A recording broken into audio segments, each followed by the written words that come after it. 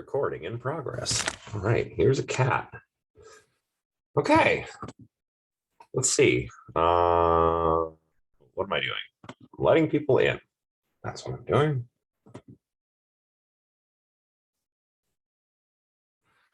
All right. Ow. Okay, hi everyone. Oh. Let's see. Can everyone hear me? Looks like they can. Yes. We can hear you, sir. Yeah. Thank you. Thank you. Awesome. Yes. Hi, everyone. There is a cat in the way, but I think class will proceed nonetheless. Right, buddy? Yeah. Tail. So we'll wait a few minutes for everybody. We've still got like 3 more minutes. So we'll just wait and then we'll get started. I'll probably repeat this in a few minutes once more people arrive. But I decided that, that a nice way to, you can go over there, bud. Go on.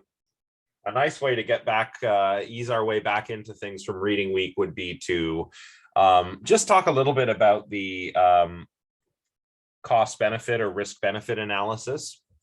Just very briefly, a very brief free form discussion to finish up the chapter on rationality. The next chapter is pretty interesting, but I've decided to kind of save it. Today, what I want to do is talk about essay writing because, you know, the essay proposal is coming up soon, and the essay is worth, I think, 45% of your grade. So the proposal and the essay together are worth like the majority of your marks in this class. So I thought what we could do today is talk about how to write a good philosophy paper. That way you've got it. You've already got all that knowledge under your belt, and you can just get started on your proposal if you want to. And I have another idea, but I'm going to wait until more people are here and we begin properly before I share this idea. But I think it's a cool idea. I wanted to put it to all of you. It's in regards to the material that we'll cover for the remainder of the class. In the meantime, here's my cat. Hey, buddy. What you doing? What are you doing over there? Why don't you come over here and the people can see you? More people here. Let's let them in. Yo, come here. You're right out of the shot, buddy. Yeah, he does not care. Come here. His favorite spot is right in front of me or on me. He's silly that way.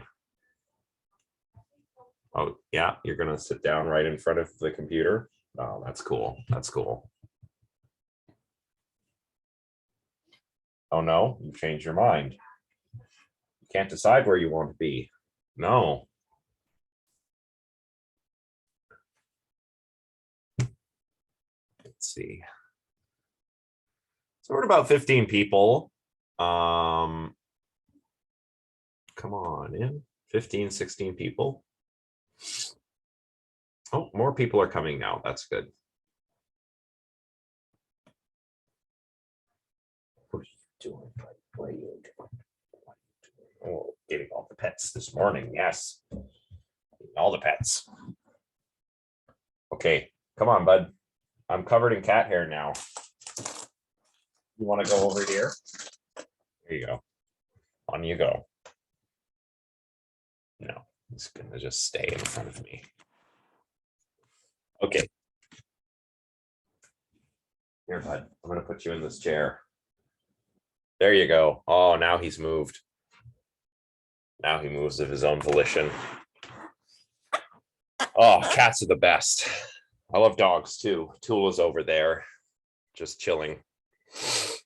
So, well, it's 11:36. I guess we can get started officially. So, for those of you who arrived, oh,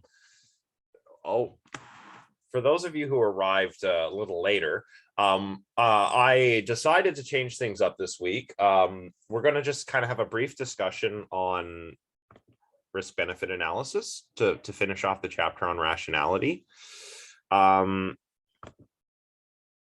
And then we'll talk about how to write an essay. And the reason is that, you know, the essay and the proposal together are worth a significant amount of your grade in this class. So I think now's a good time to kind of get prepared for that. The other idea that I wanted to run by everybody is as follows. So the textbook is taking longer to get through than I thought. I don't think we're going to cover everything. And rather than trying to simply get as far as we can, you know, like one chapter after the next, I thought maybe it would be cool to hear from all of you which chapters you would like to see covered the most. So maybe if there's one that nobody's really interested in hearing about, we can skip that one, right? So we are definitely going to do the next chapter, which is phenomenology, hermeneutics, and technology. And the reason why is because that's actually kind of a short chapter and it's a fun one. So we're going to talk a little bit about, in that one, we're going to talk about, we've got some Husserl, some Heidegger, a little bit of existentialist phenomenology. But my favorite, we're going to talk about artificial intelligence, because this is actually right in my area, this chapter. It's actually weird. It kind of reflects my undergraduate versus my graduate interests. You know, when I was an undergraduate, I was like, I want to read Heidegger, you know, because I was all edgy like that, I guess. And then when I went to grad school, I got into AI and cognitive science, and all of that. So we'll definitely do the next one. But after that, I want to know what everyone else wants to do the most. So yeah, technological determinism, I agree, sounds neat.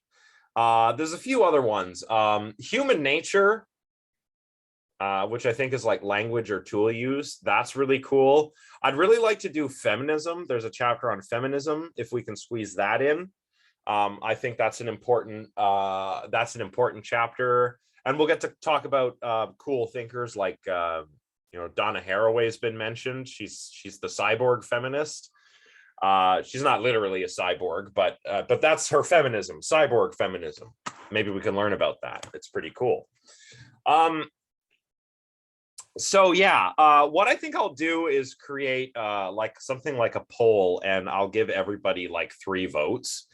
And just vote for your 3 favorite. And then, you know, we'll just kind of we'll start with whatever's the most popular and kind of save what's popular and not teach what no one wants to hear about. So I think that's what I'll do. Otherwise, yeah, I hope everybody had a good reading week. It won't be a Zoom poll. It will be on Brightspace. I'll set it up there and I'll make an announcement. And you know, that way, because not everybody's here, right? We've got nearly 100 more students who never come to the live lecture. So, or maybe it's not quite that many. We've got a sizable amount of people who don't come to the live lectures. So this way everyone can vote. So let's just share the screen.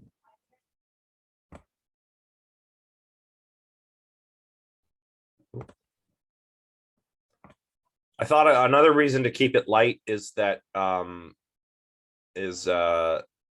on now. Is that I don't know how everybody's feeling right now, you know. We just had reading week. The idea was to relax. If you're in Ottawa, you're probably pleased because the trucker people are gone now. but we do have this, yeah, burnt out. I feel that, yeah. We do also have this unfolding situation in Ukraine, which I can understand is probably pretty unnerving to watch and very, very traumatizing, very stress-inducing if you happen to have family or friends there, or even if you know somebody who has family or friends there. Canada has the largest diaspora of Ukrainian people after Russia. So chances are some of you might know somebody who has family there. So yeah, neither do I. This is so weird. This is so weird. Like I can understand feeling anxious, and I feel anxious because the last time anyone was talking about nuclear war, I was 5 years old, right? The last time there was a war in Europe was when my grandmother was a child, right? Go on, yo-yo. Yeah, seeing like children being some parents are like that viral video of the father saying goodbye to his kid because he can't leave. Men from 18 to 60 are not allowed to leave the country. This reminded me of stories that I had heard of my grandmother in the Second World War, who had to leave the city during the Blitz in England. That's how far away that is for me. It's generations away, but for people in Ukraine right now, that's the reality right now. And, my heart goes out to them. And it's such a senseless, needless thing that's happening right now. So if you've been following the news, I understand that there's probably going to be some apprehension and anxiety, especially with all of the saber rattling that's happening right now between Putin and the West. But it's also very interesting. Keep your eyes on the news. Yeah, it's just nuts. I never thought I would see anything like this in my lifetime. I realize there are other conflicts, going on in the world, long-lasting conflicts that are also getting people killed. But I have to admit, this is a bit of a shock. So let's see. Well, risk-benefit analysis, real quick. As Duzic says, is a quantitative means of evaluating technological projects. In structure, it strongly resembles Bentham's utilitarianism in that it sums up positive elements and subtracts negative elements. While Bentham's utilitarianism sums pleasures and pains, risk-benefit analysis sums up benefits and risks. The benefits and risks are generally measured in monetary terms. So just a bit of a free-form discussion. A couple of the examples that are mentioned by Duzic at this point are something like the Ford Pinto, which apparently had a problem with its gas tank exploding when it got into an accident, or maybe just exploding. I'm not sure. I think my parents used to have a Pinto, actually. It's a wonder I'm still alive.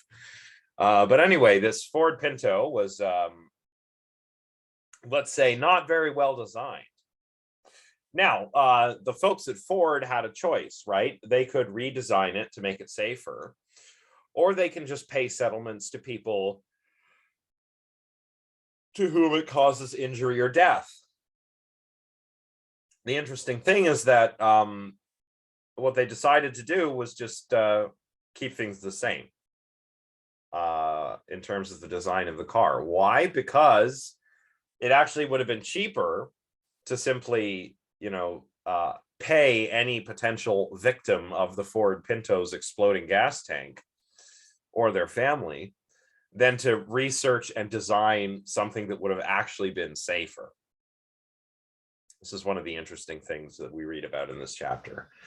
So there you go. Risk benefit analysis. We're talking about costs savings, monetary stuff, but this isn't just material that we're assigning a monetary value to. It's also human life that often gets a monetary value assigned to it in this kind of thing. Same with even the natural world. Another example that Duzek mentions in this point in the chapter is like, you know, how do you weigh up the risks of or the costs versus the benefits of some kind of project that might be detrimental to the environment, right? I think one example had to do with fish stocks. Like if we cut down this forest, there'll be some environmental impacts such that the fish stocks down the river and into the ocean will be less plentiful. And you might think that that means, oh, we shouldn't do that because that's a natural resource that's worth something. But it turns out if the fish are scarcer, they're actually worth more. So that's another complicated sort of wrench that's thrown into the mix. Or even one that struck me as really interesting was the assigning of monetary value to just natural beauty. Like we have a beautiful national park. Do we want to allow some development near it or in it? And how would we measure the cost in terms of the impact, not just on the, you know, not just on the environmental equilibrium, but also like on the actual beauty, right? How do we measure that? How do you assign a monetary value to that? That seems to be very difficult. It must be very difficult to do that. That's the kind of thing we're doing in That's the kind of thing we're doing in risk benefit or cost benefit analysis. So any thoughts?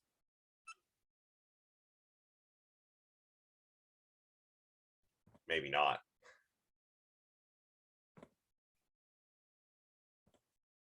People are. Yeah, I was thinking that that's where this would go. Yeah. Well, I mean, we can bring it back to what's happening now. Or just because it's kind of fresh.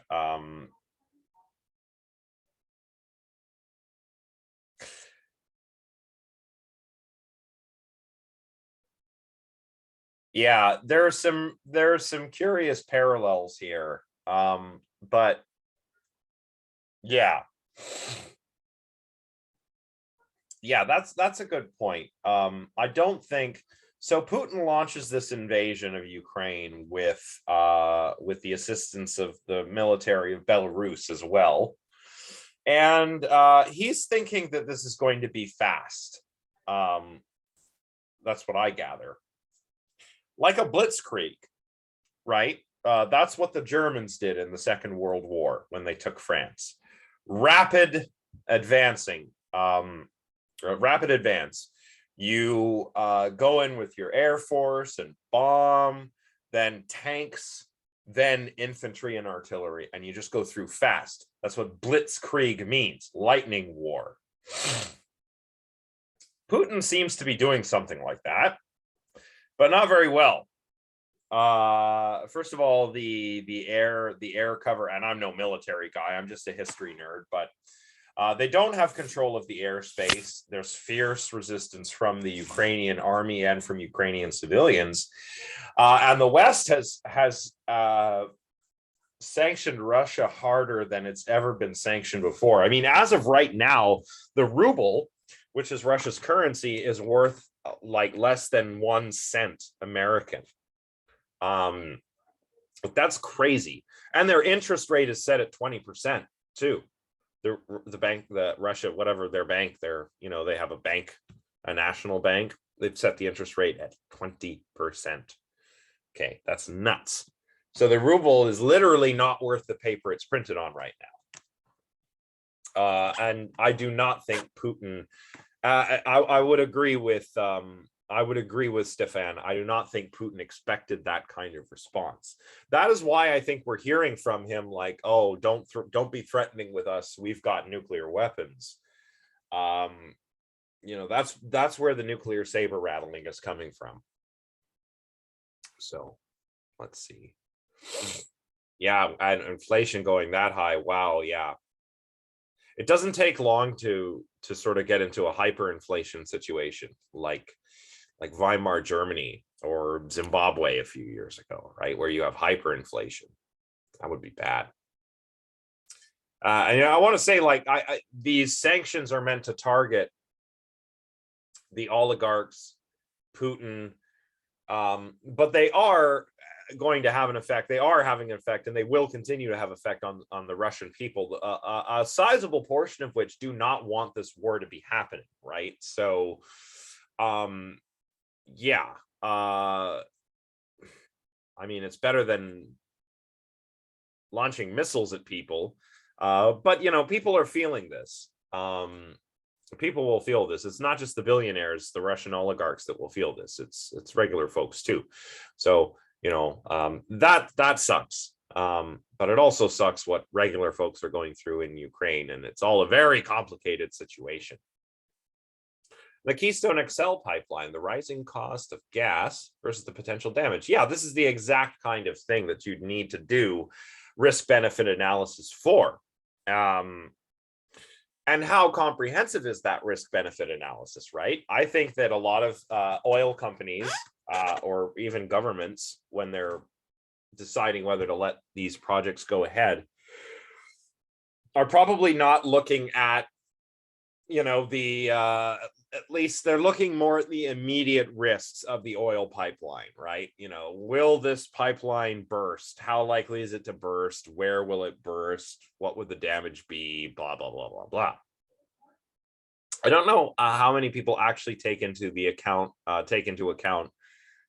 the actual cost of letting the climate crisis continue to go unmitigated, right? So I'm not sure how, what kinds of costs and benefits they're actually looking at, how comprehensive it is, but it is a very good example. Water futures, right? Clean water.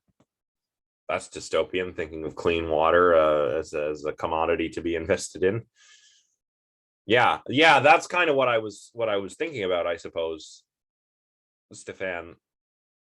How dependent do we want to be on oil and gas? And now is a bad time to be dependent on oil and gas, right? We've got climate change going crazy, and we've got some countries are rather dependent on foreign oil, right? Whether it's crude or refined, oil from Russia, oil from Saudi Arabia, oil from places that maybe don't have the best human rights track record, right? Do we want to be dependent on that? I don't. I would like to see solar energy really take off. I would like to see safer nuclear energy take off. Nuclear energy is actually a lot safer than many people give it credit for. The problem is the waste, right? The problem is the nuclear waste. That's another thing you'd have to, if you're going to do cost benefit analysis, right? Do we build a nuclear plant? Okay. Yeah, that's true. Solar energy does have that downside. If we can, and there's places that are, there's optimal ways to do it. I mean, if everybody had solar panels on their roofs, that wouldn't really mess up the landscape any more than it's already messed up, right? But if you have a beautiful field and you've got to stick a bunch of solar panels in it, that might ruin the landscape. Who's got all the solar panels in the desert? Is it Morocco? I can't quite remember, but there's lots of solar panels out in the desert, kind of like where no one's going to notice them, and generate a lot of electricity that way. Safer nuclear power. I mean, think about it. If you want to build a nuclear plant, they may have it in the Mojave Desert too. I'm not sure. But you have to weigh not just the potential for an accident, like a Chernobyl or a Fukushima type situation, but what do you do with the waste, right? Like when you have a nuclear reaction, you have nuclear waste. I believe plutonium.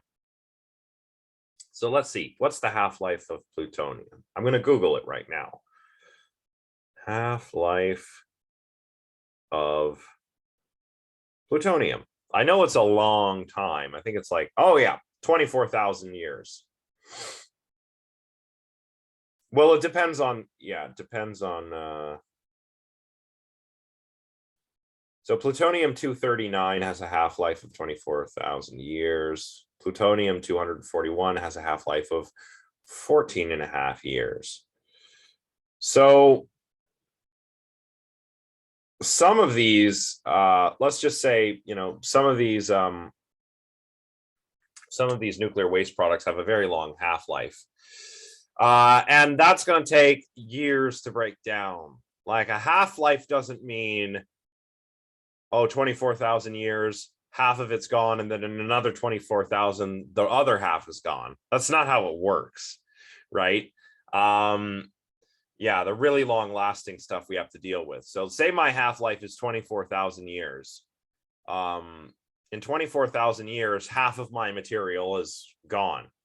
In another 24,000 years, half of that material is gone. In another 24,000 years, half of that material is gone. And that's why it lasts so long. So even a big chunk of plutonium with a half-life of 14,000 or 20,000 years could take 100,000 years to become safe, right? And we have never made anything. Humans have never made anything that has lasted that long.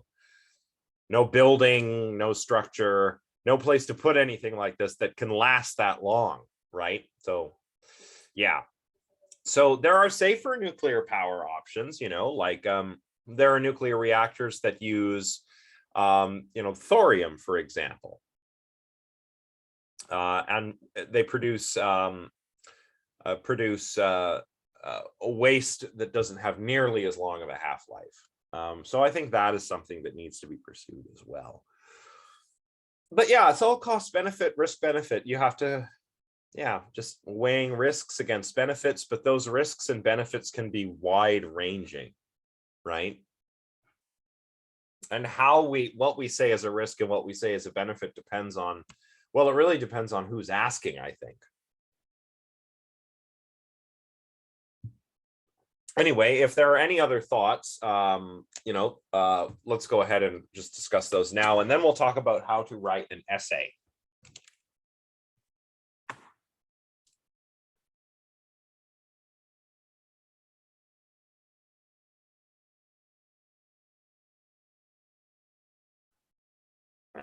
Well, I guess we'll move on then.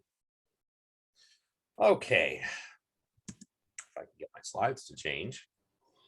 Ooh, apologies. Don't know why I'm yawning so much. I don't know. Reading week. You always think reading week is going to be this amazing opportunity to rest up, and it never is. I was having my bedroom fixed, and it took days because just reasons. But anyway, that was a whole thing. I feel more tired than before reading week. I don't know about all of you, but so let's talk about how to write an essay. So remember that for your essay, which is the final exam, you also have to submit a proposal, a topic proposal. Now let's see. So see myself here. Note well that I'm probably going to extend the due date by a couple of days, just because I had extended the second reading response. So I don't want any assignments to get squished too close to one another. So I'll probably announce an extension, so stay tuned for that. Remember that the topic proposal is worth 20% of your grade.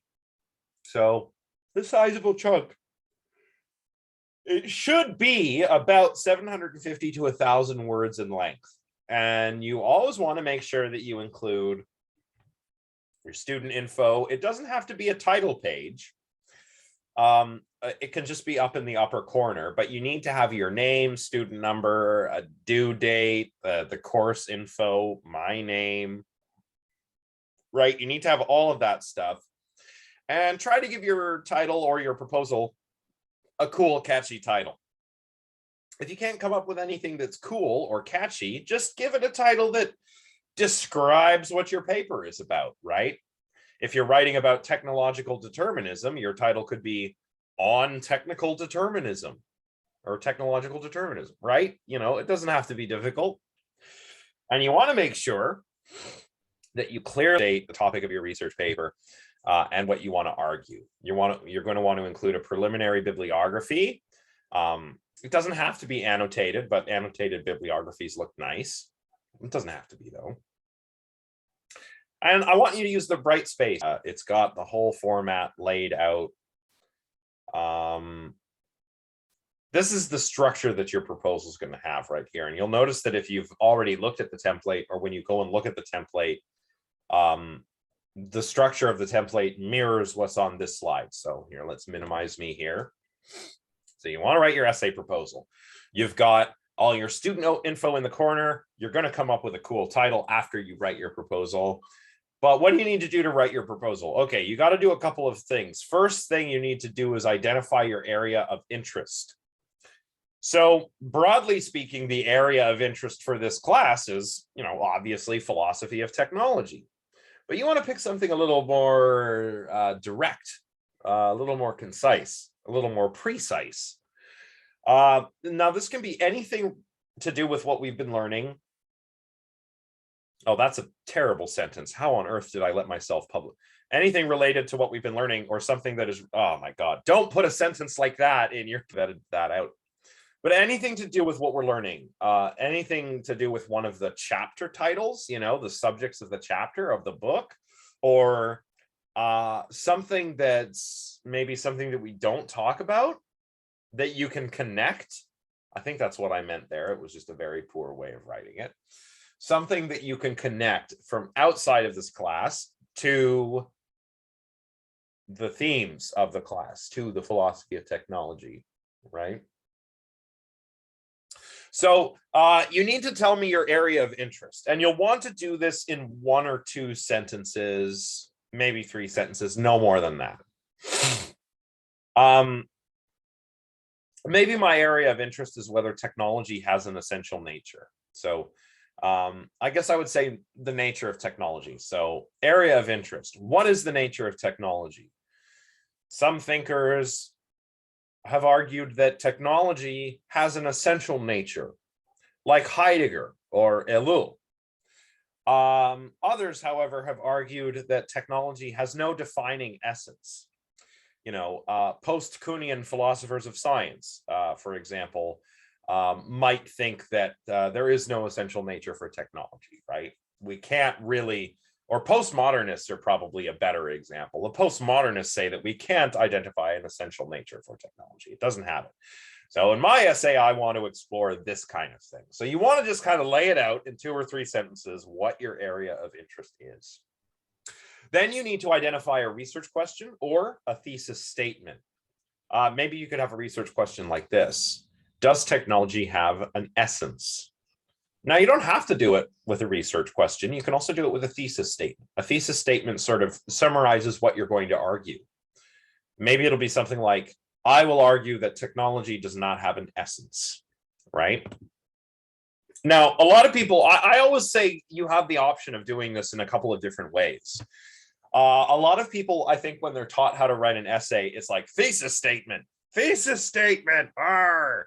But there's more than one way to write a thesis statement. You could write it in a question form, right? And I like doing that. I like having a research question rather than a thesis statement. If I've come up with a thesis statement ahead of time, then I'm always thinking I've got to convince the reader of my argument. But if I have a question, instead, it's more open-ended. And then maybe I don't even know what I'm arguing until I get to the end of the paper. And that's when it all comes together. But that's fine. So a research question is the question that you want to answer. And if you use a research question, your answer to it is basically going to be your thesis statement. So, you might pose a question like, is there an essential nature that characterizes technology? I will argue that there is not. So there, asked, answered, and together it makes a thesis, right? So once you have your area of interest, you tell me what your paper is going to be about and what precisely you're going to ask and attempt to answer, or what you'll argue, whether you've chosen a research question approach or a thesis statement approach, respectively. Once you've done that, then you got to tell me your plan of attack, right?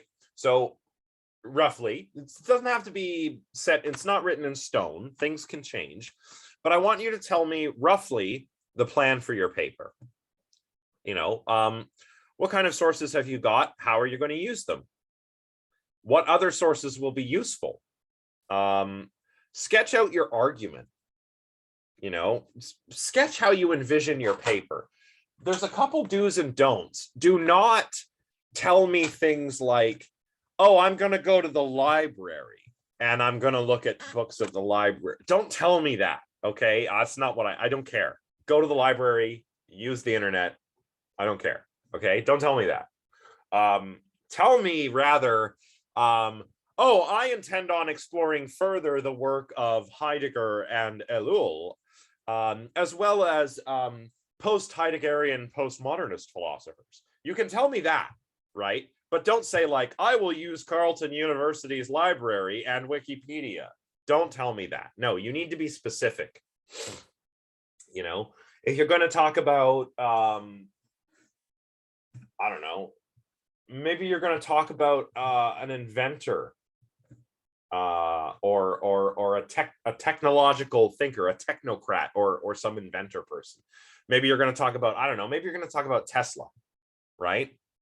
You could talk about the man or the company, I don't know, but you could say like, well, I'll use I've got a biography that I can use written by so-and-so. I've got these other things lined up that I'm aware of that I'm going to go check out. You know, you've got to be specific, but sketch out your essay. And I'll say more about how to do that as we proceed. There's a few other tricks and tips that I have for you. So again, I don't know when exactly I'll make that due. I believe right now it's set at March 10th, which may be fine, but I might change it to give a little more wiggle room. Your essays, however, I can tell you with certainty will be due on the last day of the exam period, and that's April 28th on Brightspace, of course, and that's 11:59 p.m. And that's because these are take-home exams. The essay counts as your final exam. It's a take-home final. That's how I'm able to make it due on the last day of the exam period. And what I'd like you to do is aim for something that's between 2,000 and 250,000. Oh. Between 2,000 and 2,500 words, not 250,000 words. Yeah, don't do that. Don't write that much. I don't have the time to grade that. So 2,000, 2,500 words, not counting the title page and references in that, of course, right? It's only the body. That said, you do want all your student info to be there. You want a references page or a bibliography. You have to have that. And you got to cite all the work properly, which I'll talk about in a moment. So the essay / final exam is worth about 45%. Not about, it's worth exactly 45% of your final grade. So together with your proposal, the essay and the proposal together are worth 65%. You know, it's not as long as you think. You can get to 2,000 words easily, especially if you already have 750 to 1,000 words for your proposal, because guess what? Your proposal, if you've written a good one, or if you've written one and you incorporate all the feedback I'm going to give you, or that Liam will give you, your proposal is going to be the beginning of your essay. Obviously, you're going to want to tweak it a little bit, but think about it. You have an area of interest, you're introducing what you're going to talk about, a thesis statement or a research question, and a sketch of how your argument's going to unfold in your proposal. That's the beginning of an essay. You've already written it if you do your proposal, and you get a bunch of feedback on it, right? So you have a third to half of the essay already pretty much done by doing the proposal, by doing it this way. So that's actually why I have you do this, right? You have a chunk of your essay done. You don't have to like just literally copy and paste it. You can change it and improve it, work it in so that it fits nicely. And you get a bunch of feedback. So that's why I do it this way, right? So 45%. Late essays will be penalized because, you know, it's the final exam. I can be pretty lenient throughout the semester, you know, because I'm the guy who gets to make the call, right? If you're ill, or if you have an emergency or an extracurricular activity or anything at all, you can come to me and talk to me. And a lot of you have, you know, and you guys know, if you've already talked to me about this, you know that I am not like, I'm not like an essay Nazi. Okay. I'm not like any kind of Nazi really, but you know, I'm not like, no, you have to hand it in at this due date and there's no excuse. Rah, rah, rah, rah, rah. I'm not like that. If you have any good reason at all why you're a little behind and you talk to me about it, chances are I'm going to accommodate you, right? Whether it's officially covered under the official accommodations or not, right? So yeah, I'm going to be pretty accommodating. But when it comes to the final exam, this is kind of out of my hands, right? This is when the exam is due. And if you can't hand it in right away because of some extenuating circumstances, what you really should be doing is applying for a deferral. So, you know, let's say you get sick. You know, with COVID, a lot of students get sick. They get COVID, or maybe they get something else. And they're sick over the exam period and they can't write. And you know what? That's cool, because you can apply for a deferral with the registrar's office. Say maybe you're bereaved, maybe a friend or family member has passed away. You got stuff to do, you got to take care of that, you know, you've got obligations to your family. If you have maybe some kind of religious obligation comes up too, you know. We schedule the exam period around most holidays, but you never know. If anything like that comes up, what you need to do is apply for a deferral.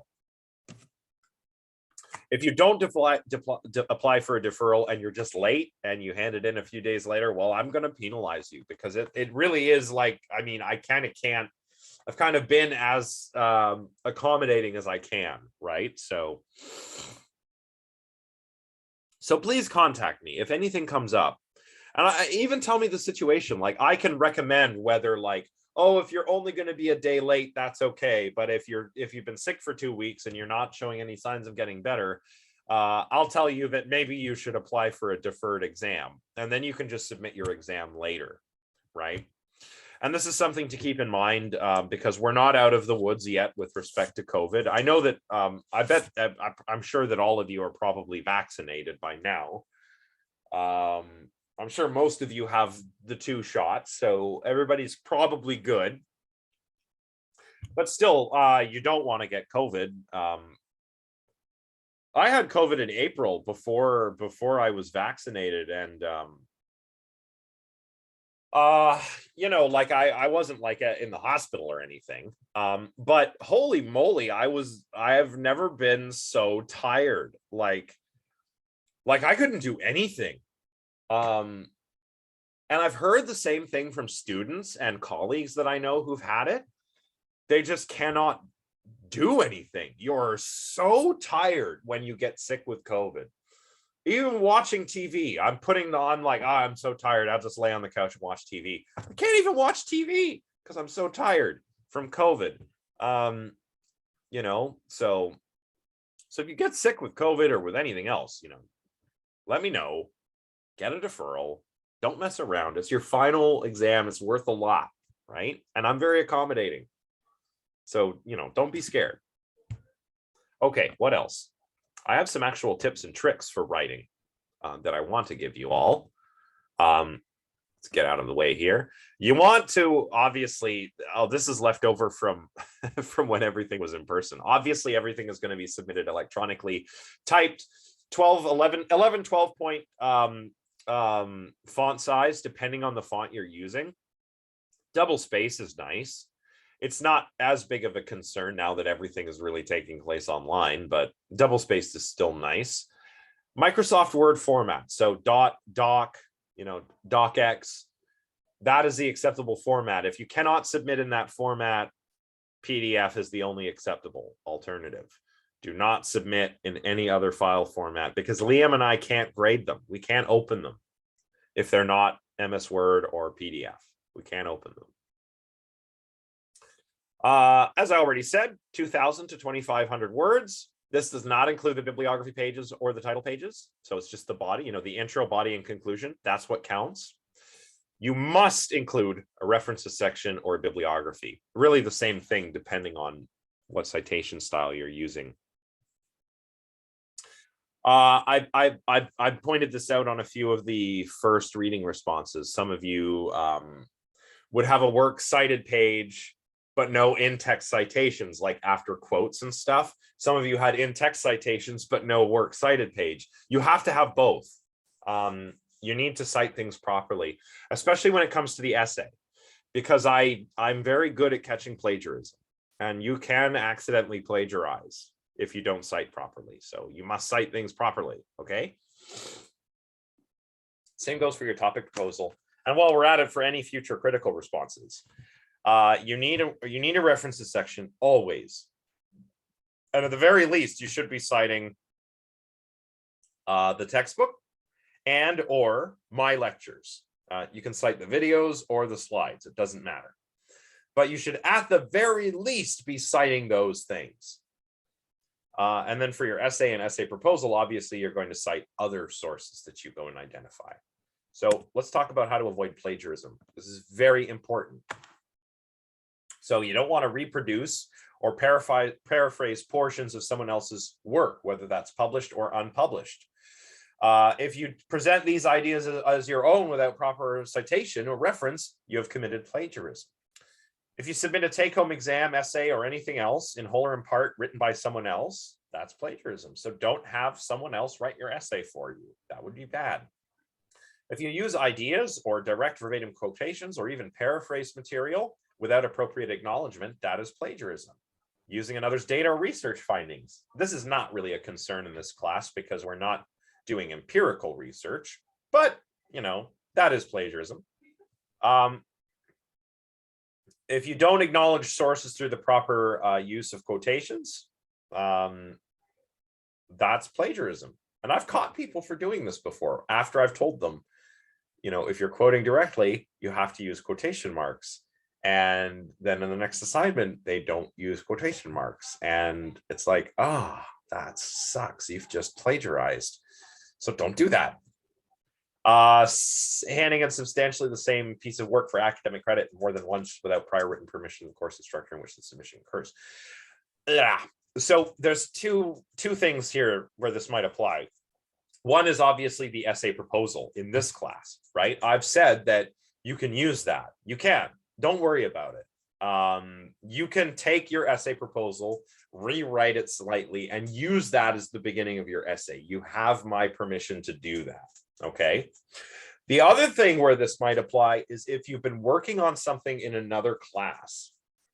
Maybe you're taking, I don't know, maybe you're taking like a sociology class or a different philosophy class, or I don't know, maybe you're taking like a gender studies, political science, whatever. You're taking another class and you've done some work on some ideas that you'd like to continue developing in this class. That's fine. There's a couple things you need to do. You need to get my permission, which, I'll give you. You need to get the permission of the previous instructor. And you can tell them that I'm okay with you using some of that work. And you need to cite your own work. If you're going to take portions of an essay you've written for a previous class and use it here, and you have my permission and the instructor's permission, you still have to cite your other essay. Right? Cite it. Just do everything properly. Just do everything above board and you're going to be fine, right? And if you have any questions about that, you just let me know. The key is, like, when in doubt, cite. That's the safest way to avoid plagiarism. I don't care what style you use. You can use MLA, APA, Chicago, Harvard. I even had somebody use IEEE in a philosophy class, for goodness sake. That's for engineers. But I said, fine, you can use that. But you just have to be consistent. Don't flip between styles, or don't have like MLA in-text citations and then a Harvard style works cited page. Don't do that. Use Purdue University's online writing lab, or OWL. The link is here, and it's also linked in the helpful materials section on Brightspace. So it has all these citation guides that you can use. I like APA myself. That's what I use the most. If you're coming from another discipline, like if you're, I don't know, maybe if you're a history major, you're probably more used to using Chicago. Maybe if you're an English major, you use MLA. But if you're a philosopher, psychologist, or anything like that, chances are you're using APA, and that's what I'm used to. You can use whatever you want. Come on, where's my mouse gone? There it is. Okay, so you can write a few different kinds of essays, and you should tell me what kind you're going to write in your plan of attack in your essay proposal. So you could write a survey paper. No one ever really writes a survey paper. This is high school. But a survey paper is when you survey a topic by outlining that topic, kind of telling the reader about it. Since you have to present an argument, your paper will not, strictly speaking, be a survey paper.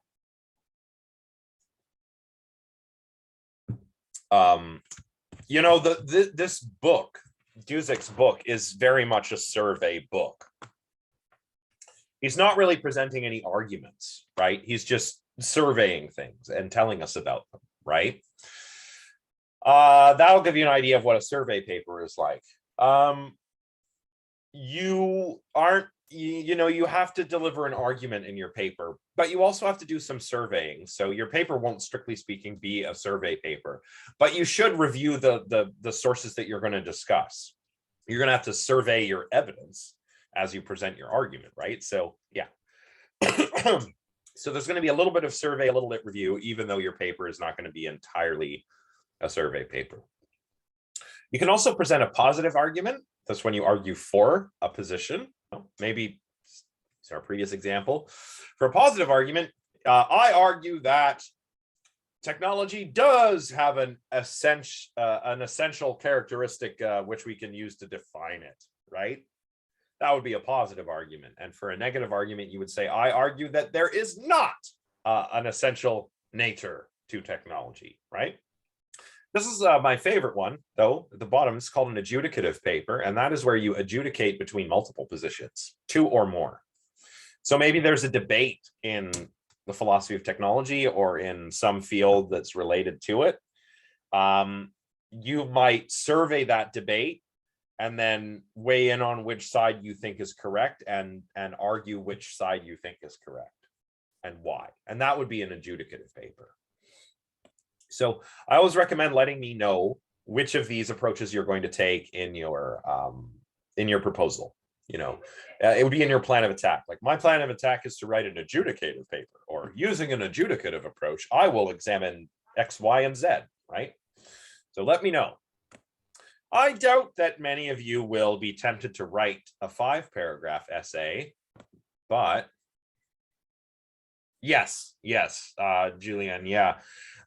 You will want to outline the debate, in your area of interest, and then your thesis statement would be like which side you're going to pick, right?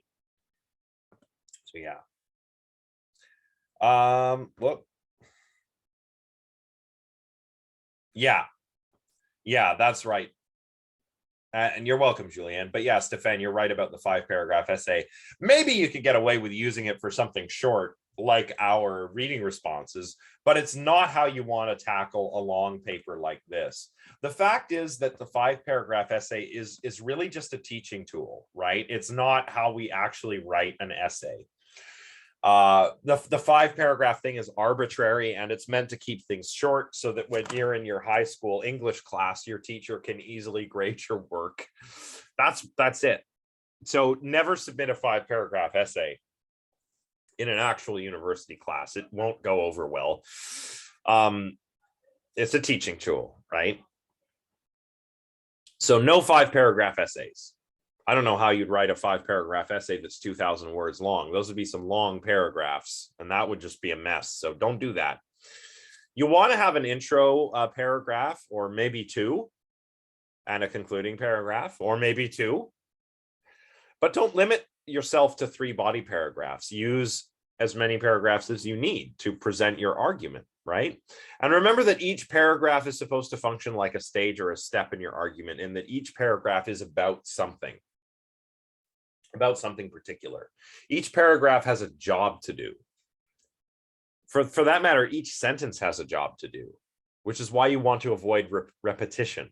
Don't be repetitive in your writing, because then you're just taking up space on the page rather than saying something. But every paragraph should be like a stage or a step. One paragraph could be describing one idea, the next describing a related idea. The next paragraph might be critiquing those ideas, right? But each paragraph has a job to do. Just look at the textbook. When you're reading through the textbook, think to yourself, like, look at each of these chapters. They each have a job to do. And within each chapter, each paragraph is saying something specific, and it flows. You want your writing to be like that. And use as many paragraphs as you need within the word limit. Don't go over the word limit. It's too difficult to grade really long papers when you have hundreds of other papers to grade. So yeah. So always remember, what you are trying to do is presenting an argument. You want to present an argument. That's what an essay is. Essay comes from the French, which means like to attempt, to try.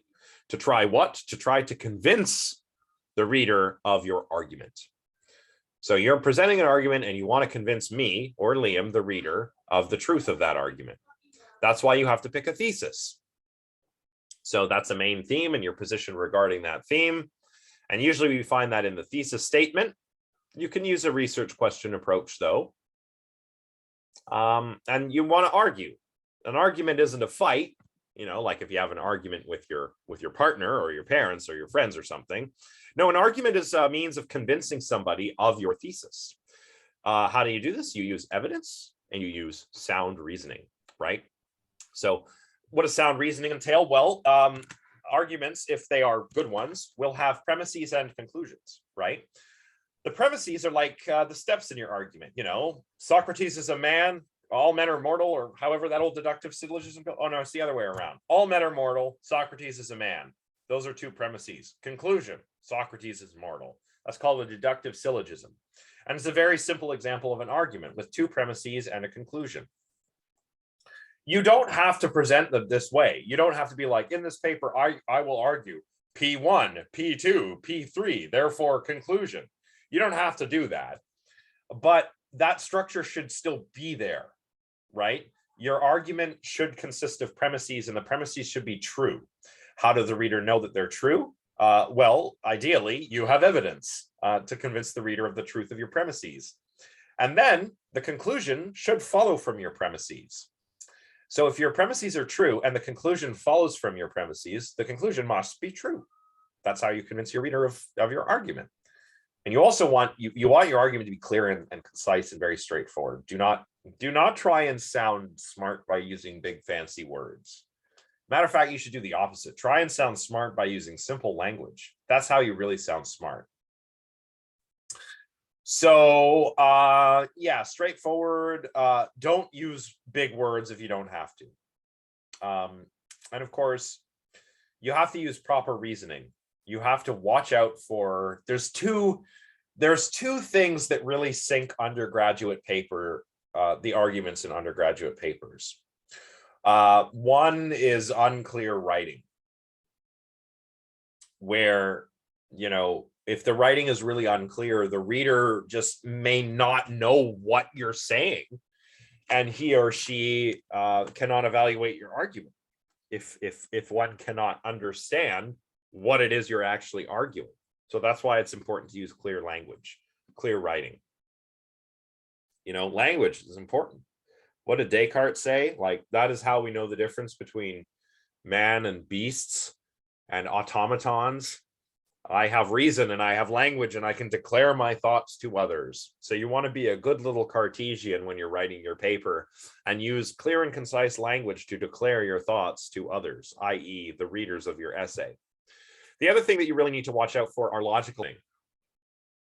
There are lots of different ones. Most of the ones that you will need to worry about are called informal fallacies. So formal fallacies are logical fallacies that occur in formal logic.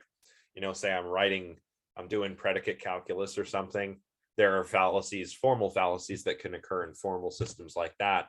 But there are also informal fallacies that can occur that you really need to watch out for. Let us name some. What are some informal fallacies that we may have heard of and you want to watch out for, just so that people have some idea? Yes, the straw man, a classic from Jonah. The straw man argument is when you sort of set up a dummy version of the argument. Say you're offering a negative argument, you're arguing against a position. What you do is you set up a weaker version of that argument and then argue against that, not the actual argument.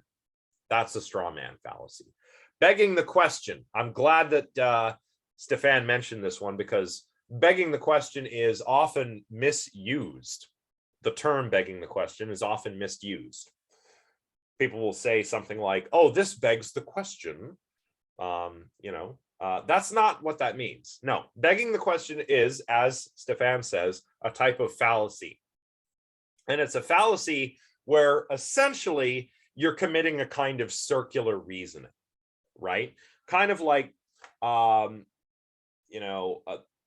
favorite example is the Cartesian circle. The Cartesian circle is Descartes' famous sort of pair of arguments. On the one hand, for how he can trust his clear and distinct ideas, and how he knows that God exists. So Rene Descartes, mathematician, philosopher, he's meditating by his fire, playing with his beeswax. And he says, well, how do I know that God exists? Well, I have a clear and distinct idea of God. And, Descartes' a rationalist. Knowledge comes from the intellect. So our clear and distinct ideas are trustworthy. And since he has a clear and distinct idea of God, well, he couldn't have come up with that. He's just a human. So God, yeah, I got a clear and distinct idea of God. It must have come from God. Therefore, God exists. Right. How can we trust our clear and distinct ideas, though? Well, they come from God, ultimately. So this is going around in a circle, right? How do I know God exists? Clear and distinct ideas. How can I trust my clear and distinct ideas? God. There's no independent support for either of these. It's like, I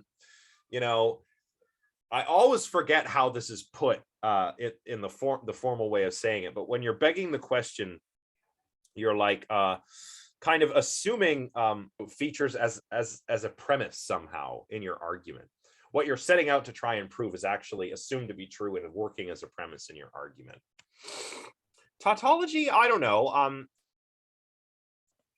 In some cases, maybe. Red herring is a good one. A red herring is like distraction. It's a distraction. It comes from when you'd use a smoked herring fish to try and throw dogs off of your trail, right? That's apparently where that saying comes from. So this is something that you might see more of in a debate. Like if you're watching one of those debates, like a YouTube debate, I don't know. All those debates are you're going to get things like red herrings if you watch people. House of Commons debates. Yes. Oh, that's a great example. House of Commons debates. Yeah, if you were watching Question Period during the trucker protests, a lot of red herrings. A lot of red herrings there.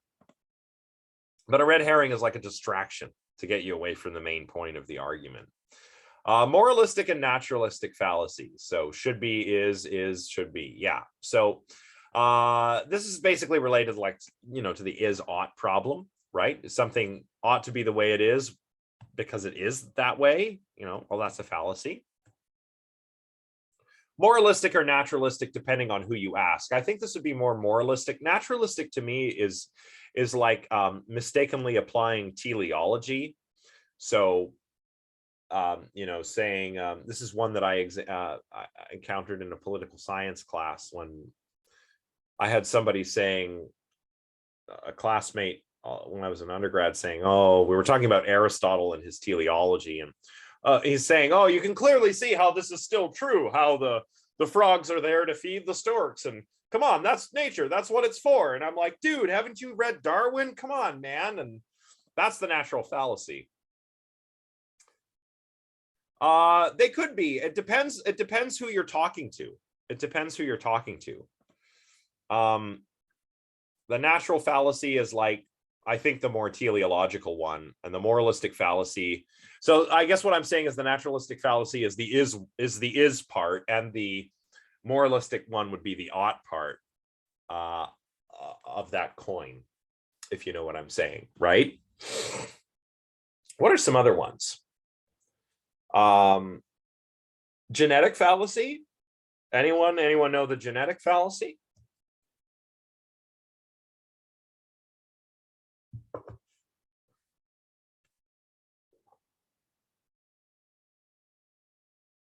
No. The genetic fallacy is like, you accept or discard. Yes, Tess, exactly. Yeah, you got it before. Based on the origins of the idea. Maybe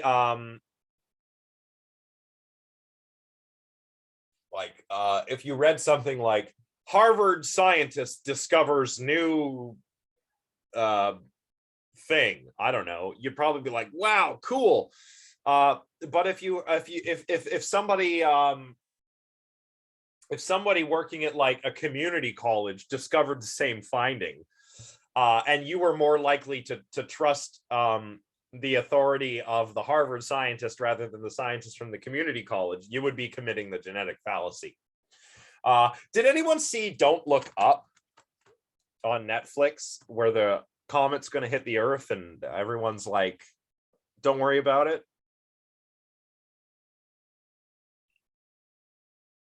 Yeah, I liked it. It's good. Really good satire. Really heavy-handed satire, though. But, Jennifer Lawrence and Leonardo DiCaprio's characters, they discover this comet that's going to hit the Earth in 6 months, right? And they take this to the government. The president doesn't have time for them, and nobody really cares, because this guy is working for a state school. He hasn't published in a long time. Nobody's really taking him seriously, but they do take the Nobel laureates seriously. They take the guy who, that Jeff Bezos, Elon Musk kind of character they had. They take him seriously. That guy was awesome, by the way, in that movie. That was probably my favorite character. The billionaire scientist, billionaire tech company guy. That was just brilliant. But that would be a genetic fallacy. Lots of other ones. Let's see, how are we doing for time? I better keep going. Lots of other fallacies. You want to watch out for these errors of reasoning.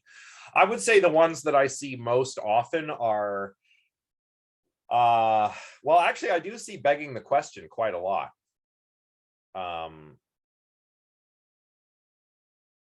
Sometimes I see the straw man a lot too.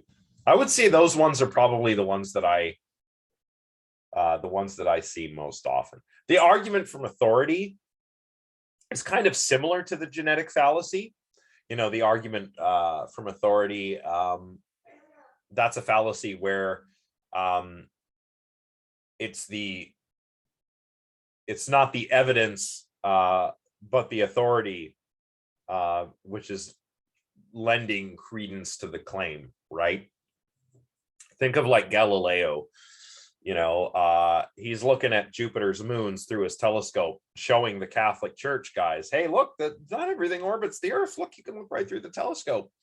But the Catholic Church they're arguing from authority. They're like, listen, Galileo, we're the Catholic Church, and we say that we live in a geocentric solar system because of the Bible or something, right? It's not in the Bible. That's not in the Bible at all. But that's the authority. The argument from authority. You know, similar to the genetic fallacy, but not exactly the same. Okay. What kind of language should you use? Well, I've already said, I think you should use plain, simple language. Don't try and sound smarter by using complicated language. You want to keep things simple. As Einstein said, keep things as simple as possible, but no simpler. And to that end, you want to use a thesaurus and a dictionary. If you're not sure, if you want to use a big word and you're not sure what it means, make sure you know what it means. You know, use the dictionary, use the thesaurus. I also don't care what perspective you use, right? You can use the first person pronoun. So it's perfectly fine to use I. I don't know why so many students are taught not to do this. I think it's an English studies thing. You know, because in high school, you usually learn to write an essay in your English studies class, and they're crazy about not using the first person pronoun. Same with I took an English studies class in my first year of undergrad, and it was like, oh no, you can't use the first person pronoun. We don't do that. But then you go over to the philosophy department and people were like, what are you talking about? Like, have you read a philosophy paper? People use I all the time. So yeah, it's a philosophy class. You can absolutely use the first person pronoun. You could say something like, I will argue that, you know, that's fine. But you can also use the third person perspective if you want. You can say, this essay will argue that. If you want to be really fancy, you can use the royal we, right? Some authors do this. Like, in this essay, we will argue, right? That's the royal we. And that's super fancy. You can use that if you want to. I don't care. A couple things, you know, watch out. A lot of people use semicolons incorrectly. I would try and steer clear of them, unless you know you're using them correctly. But a lot of people don't. So if you're not sure, avoid. Watch out for other problems with punctuation. Watch out for comma splices, right? Those are bad. Comma splices are like pauses in sentences that don't need to be there. Sentence fragments. So these are incomplete sentences. Run-on sentences. I've actually seen quite a lot of this as I've taught undergrad classes, and I really don't understand like what's going on in high school English. But you know, anyway, I try and point out these errors when I find them. And then hopefully if you're reading your feedback, then you can find them and you can look out for them and not make similar mistakes, right? Problems with parallelism. Parallelism is like changing tense in a sentence, or like changing between singular and plural in the same sentence. Don't do that, right? If you use Latin abbreviations, make sure you use them correctly, like i.e., e.g. Yeah, Jonah, that's good. Learn the difference between semicolons and dashes, you become unstoppable. Dashes are great too if you use them properly. You know, like when you have like a sentence and then a dash, and you put a little tiny bit and then another dash, and then you finish the sentences. If you start doing that, man, you're going to be writing some really great university papers if you can use dashes correctly. And again, Purdue's OWL has tips for all of this, right? Grammarly. Some people use the Grammarly app. Bloody hell, just use spell check on Microsoft Word and grammar check, and you know, when the computer is telling you something, it's telling you something for a reason, right? So you know, and spell check is a lot better than it was. You know, the editing software is much better than it was when I was young. So you know, Latin abbreviations, don't use e.g. when you're supposed to use i.e., right? If you're going to use Latin terms, use them correctly. Technical terms, you really need to be careful of technical terms because this is a philosophy class. So some people will say, here's one I got a little bit in the reading responses, the concept of technology. Hang on, the concept of technology? But we're not talking about the concept of technology. We're talking about technology, right? Concepts are mental items. They are like ideas, right? Concepts. They're in the mind. We're not talking about those. I mean, if you are, fine, but make it clear that that's what you're talking about. But a lot of people will start an essay like, oh, the concept of technology, when they're actually talking about technology itself, not the concept of technology. That's one example. And I use that example because it's a philosophy class. And oh, no, that's fine. Let us examine the concept of technology and whether the concept of technology matches the reality of technology. You could say something like that. That would be fine. So yeah, that's not too informal. Don't use like conversational English. Like some people use like really conversational English, like as if their essay is a conversation. Do not do that. Yeah. Yeah, Jonah, that's correct. Like, yeah, as Julian said, these are really good ways of introducing examples. Better than saying, for example, or you can say, for example, let us now examine this, right? No problem.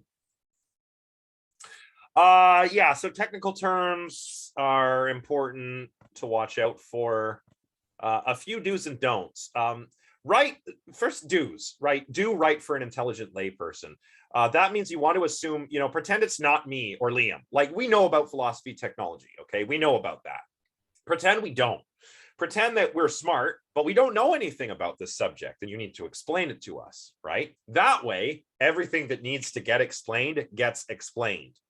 And you want to explain clearly. You don't want to dumb things down. You just want to be clear and concise.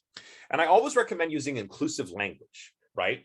You can use he or she or one interchangeably. I suppose you could even use they if you wanted to. Don't use he exclusively. Don't say mankind. It's not mankind, it's humanity, So use inclusive language. And be careful of technical terms. As I said before, don't use technical terms incorrectly. Don't commit. Don't use like sweeping overgeneralizations, like statements like since the beginning of time. That's got to be the worst way to begin an essay. Since the beginning of time, man has pondered about technology. Well, no, we haven't. The beginning of time was like 14 billion years ago. And humans have been around for a blink of an eye by comparison. So no beginning of time. No dawn of man. None of that. Don't use incorrect phrases, right? You want to say, if something raises a question, you want to say it raises the question, not that it begs the question. Because begging the question is a formal or an informal fallacy, as we talked about before. Myriad things, not a myriad of things. What are some other examples of incorrect phraseology? I guess we might even be talking about malapropisms. Malapropisms like, I don't know.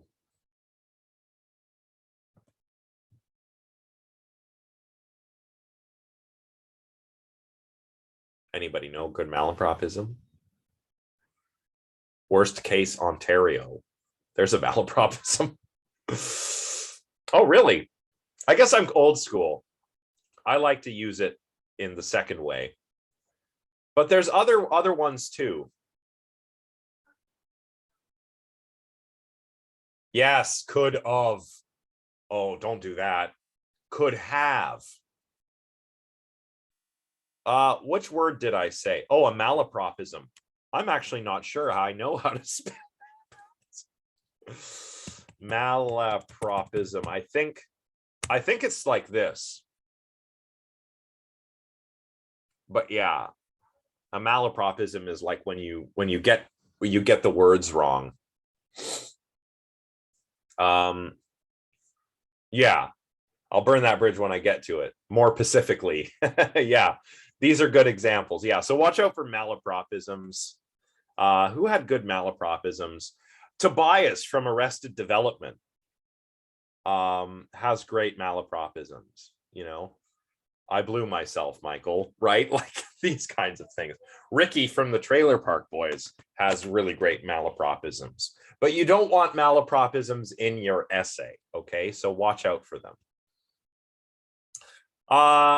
You word choice, not just in terms of technical terms, but also in terms of, you know, words like that sound the same, like it's and its.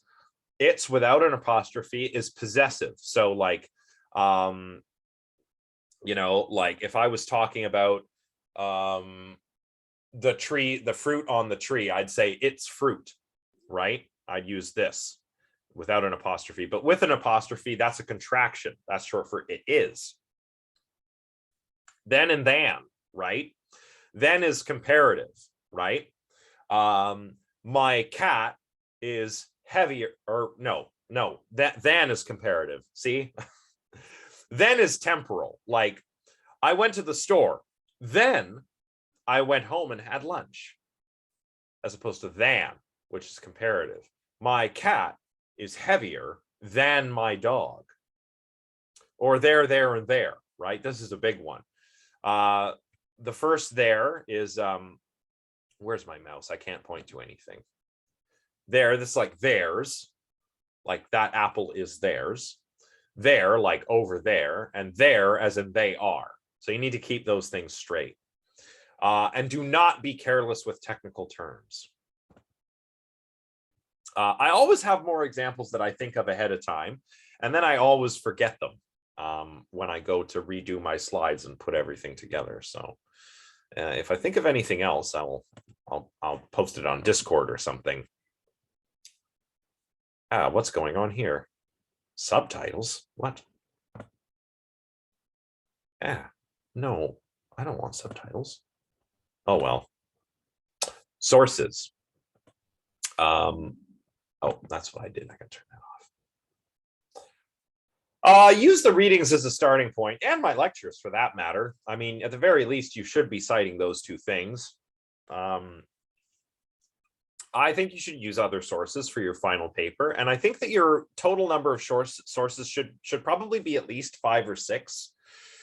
You want to use academic sources, scholarly sources. So we're talking books, we're talking about academic papers. Newspaper articles can be helpful if you're talking about something that's tied to some kind of an event, right? I would avoid, you know, things like YouTube videos, avoid Wikipedia. Wikipedia is I mean, Wikipedia is a lot better than it used to be, but it's still open source.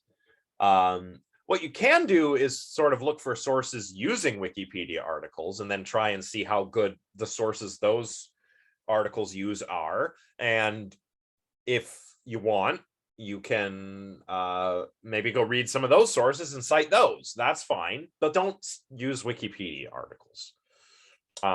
If you're going to use like big databases or big online encyclopedias, then something like the yeah, exactly. It's like a database containing sources. You can use it, but don't cite it, right? You don't want to cite Wikipedia's article on the philosophy of technology, but that article probably has some good sources which you could use. So, and for big databases, I mean, Stanford Encyclopedia of Philosophy is good. Encyclopedia Britannica. I mean, it's never a really good idea to use dictionaries and encyclopedias for evidence. It's always better to use papers, books, that kind of thing anyway. But so just be aware of that. Okay, I guess we have some time left. So, oh, actually we don't. Class is over. It ended 3 minutes ago. I was going to say we could brainstorm if we have some time, but yeah. Oh, Enrique, that's a great question. Yeah, I was hoping somebody would mention this. Yeah, you can expand on a theme that maybe you've touched on in a response.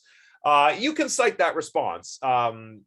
There's no real need to, unless I think you reuse sections of that response, because the responses are very much intended to be a way for you to, you know, like start thinking about, you know, what's interesting to me? How can I engage with it? Maybe that'll turn into an idea for an essay. So I would say that feel free to take up a theme that you've already considered in a reading response.